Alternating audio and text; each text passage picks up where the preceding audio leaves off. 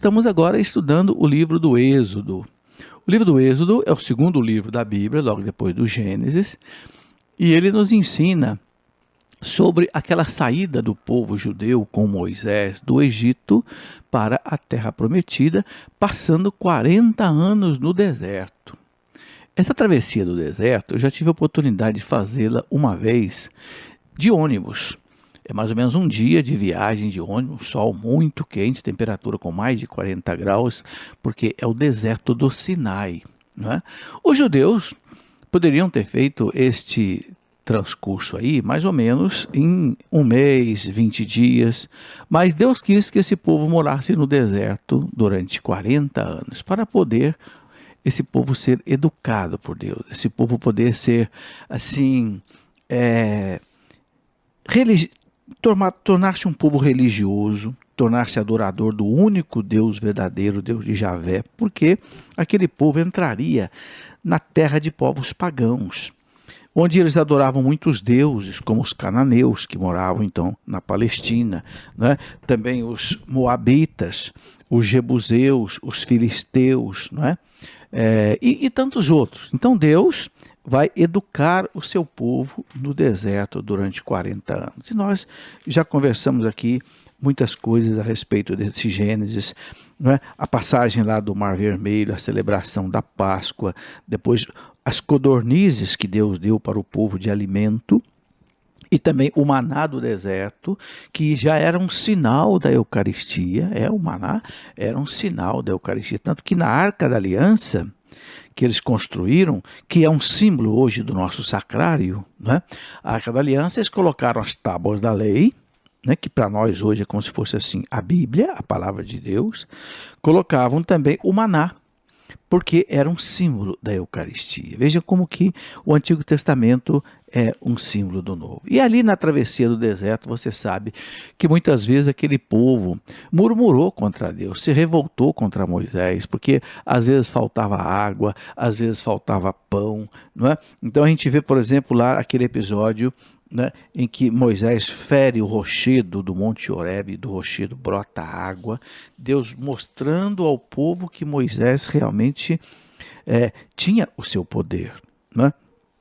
Depois eu falei daquela vitória sobre Amaleque, onde Moisés mantinha os seus braços levantados, né, enquanto que Josué batalhava lá embaixo, um sinal da vitória pela oração, né? Enquanto os braços de Moisés estavam levantados e os braços de Moisés se cansaram, então Arão colocou uma pedra debaixo de cada braço de Moisés, para que os braços de Moisés não abaixassem, quer dizer, a oração não cessasse.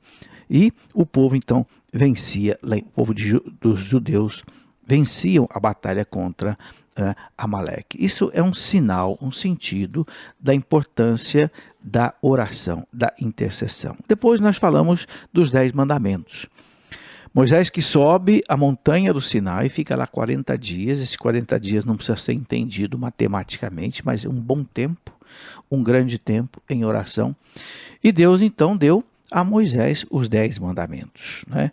Não terás outros deuses diante de mim, né? Proibindo o povo de fazer imagem de ídolo, não imagem de santo, não imagem de Nossa Senhora, que não são ídolos, são apenas para lembrar a nós que eles existem, que eles estão no céu, que eles são um modelo de vida, que eles intercedem por nós. A igreja Deus nunca proibiu de fazer imagem, tanto é que mandou fazer a imagem de 2 querubins e colocar em cima da Arca da Aliança. Então Deus de forma alguma proibia de fazer imagem, mandou fazer a imagem de uma serpente e levantar lá na haste, não é? Aquela serpente levantada na haste significava, era uma imagem, um símbolo do Cristo ressuscitado, do Cristo crucificado. Então Deus nunca proibiu imagem. Deus proibiu sim fazer imagem de Deus falso, imagem de ídolo, mas isso a Igreja Católica nunca fez e nunca vai fazer. Você sabe disso, não é? Então o primeiro mandamento é o mandamento de amar a Deus sobre todas as coisas. Santo Agostinho foi quem pegou esses mandamentos que estão aqui no Êxodo 20 e colocou numa linguagem mais catequética, né? Então, amar a Deus sobre todas as coisas, quer dizer, não colocar Deus em segundo lugar. Primeiro Deus, o domingo é de Deus, primeiro eu vou à minha missa, Primeiro eu vou fazer o serviço de Deus, depois vem a diversão, depois vem outras coisas, não é? Depois ele fala, não farás para ti imagens, não é, que não sejas de Deus.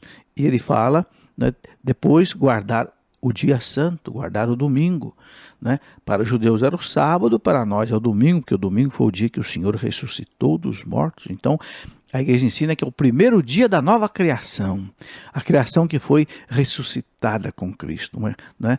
Para uma vida nova.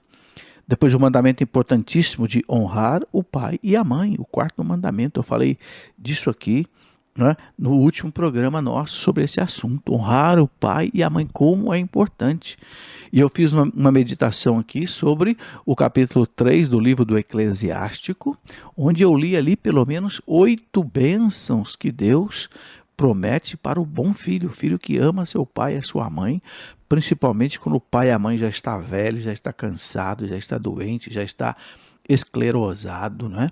Aí esse bom filho que vai com o pai com carinho e amor até o fim, esse filho é muito abençoado por Deus. Depois, Deus escreveu lá nas pedras, não é interessante que Deus deu 2 pedras para Moisés. Na primeira pedra tinha escrito 3 palavras e na segunda pedra tinham escrito 7 palavras. Qual é a diferença?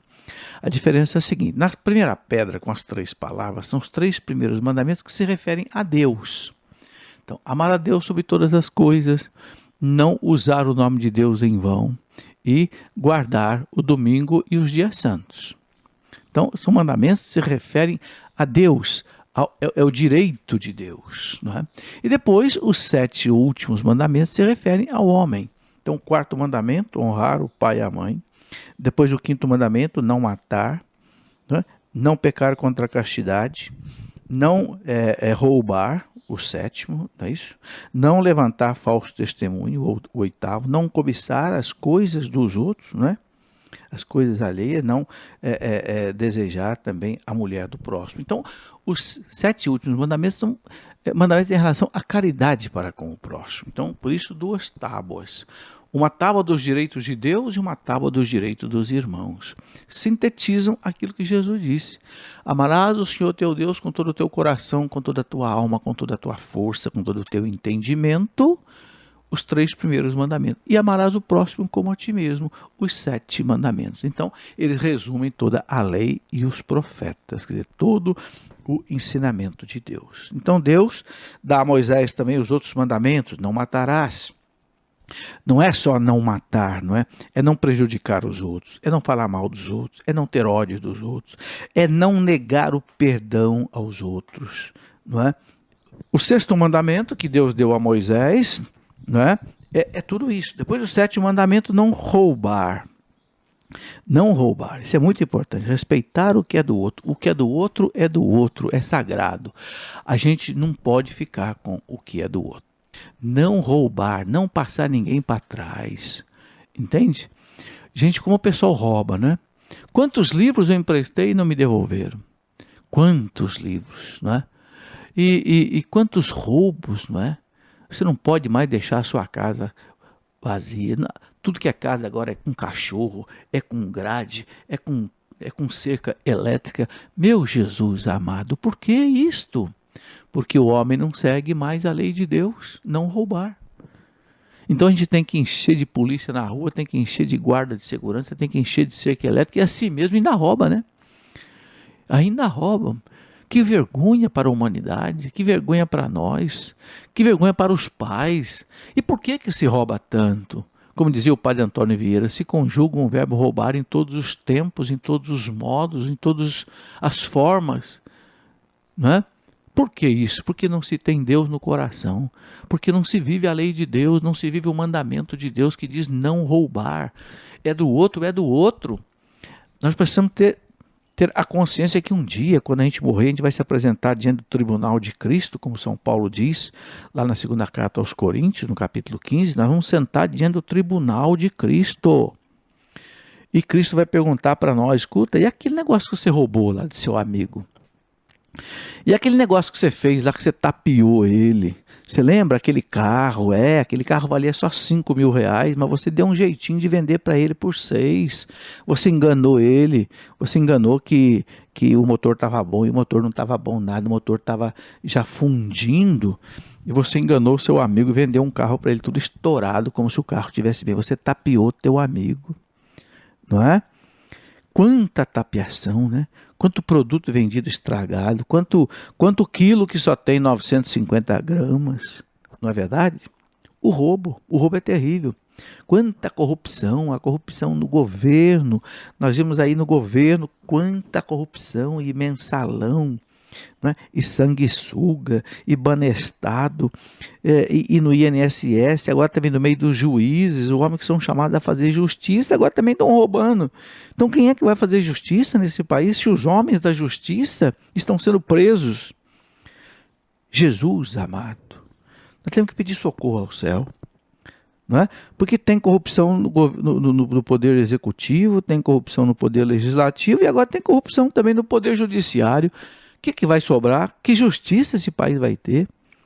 Por quê? Porque não se segue a lei de Deus. Mas olha, eu fico abismado, sabe? Das pessoas não terem mais temor de Deus.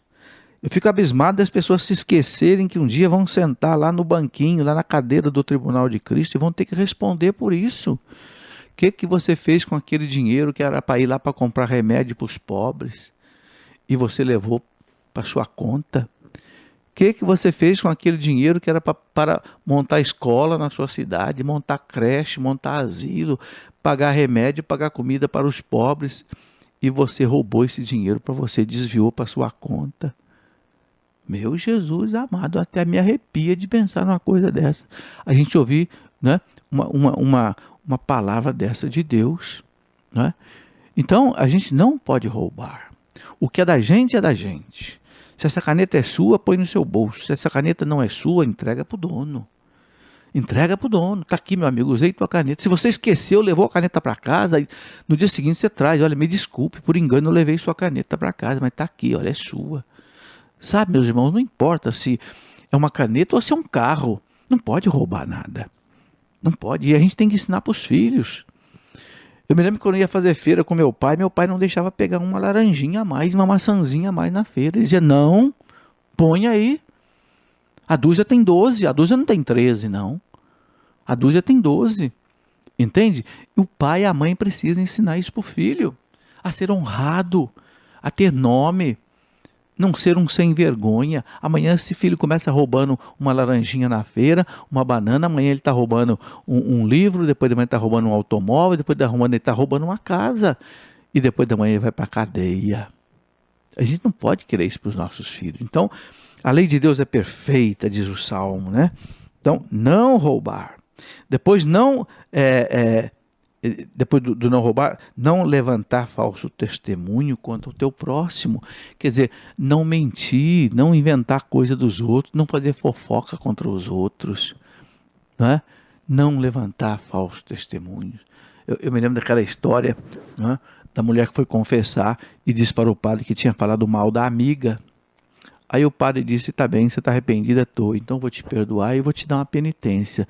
O dia que você matar uma galinha, naquele tempo matava galinha em casa, né? Hoje não mata mais, né? Traga para mim todas as penas da galinha num saco. É a penitência que eu vou te dar. E a mulher foi, trouxe para o padre todas as penas da galinha num saco. Aí o padre disse assim, tá bem, agora você vai lá na torre da igreja e joga essas penas, tudo lá no vento, lá, joga lá. Depois você volta aqui que nós vamos terminar a conversa. E ela foi, fez isso e voltou. Tá aí, padre, já cumpri a penitência. Ele falou, não cumpriu a penitência não. Agora você vai sair pela cidade e você vai juntar todas as penas que você jogou lá e que o vento levou.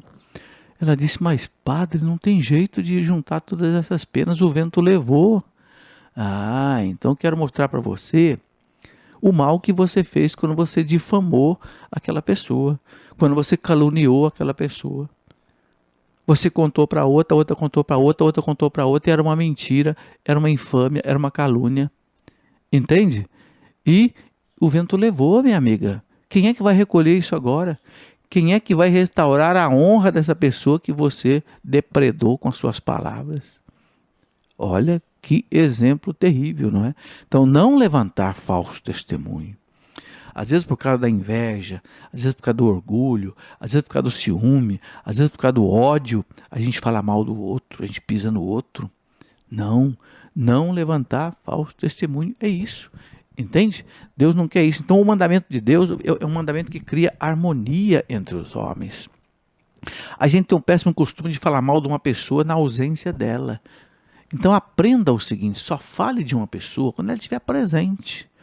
Por quê? Porque aí ela pode se defender. Se a gente não puder falar bem de uma pessoa na ausência dela, então a gente não deve falar nada. Aprenda isso com os santos. Os santos diziam isso. Se eu não posso falar bem de uma pessoa na ausência dela, então eu não devo falar nada, nem bem nem mal. Mas não fale mal, porque a pessoa não está presente, ela não pode se defender. E muitas vezes ela está sendo injustiçada pelas minhas palavras. Muitas vezes eu estou fazendo um julgamento errado. Às vezes eu nem tenho todas as informações do que aconteceu e eu já vou difamando a pessoa, não é? Vou caluniando. Isso é muito sério.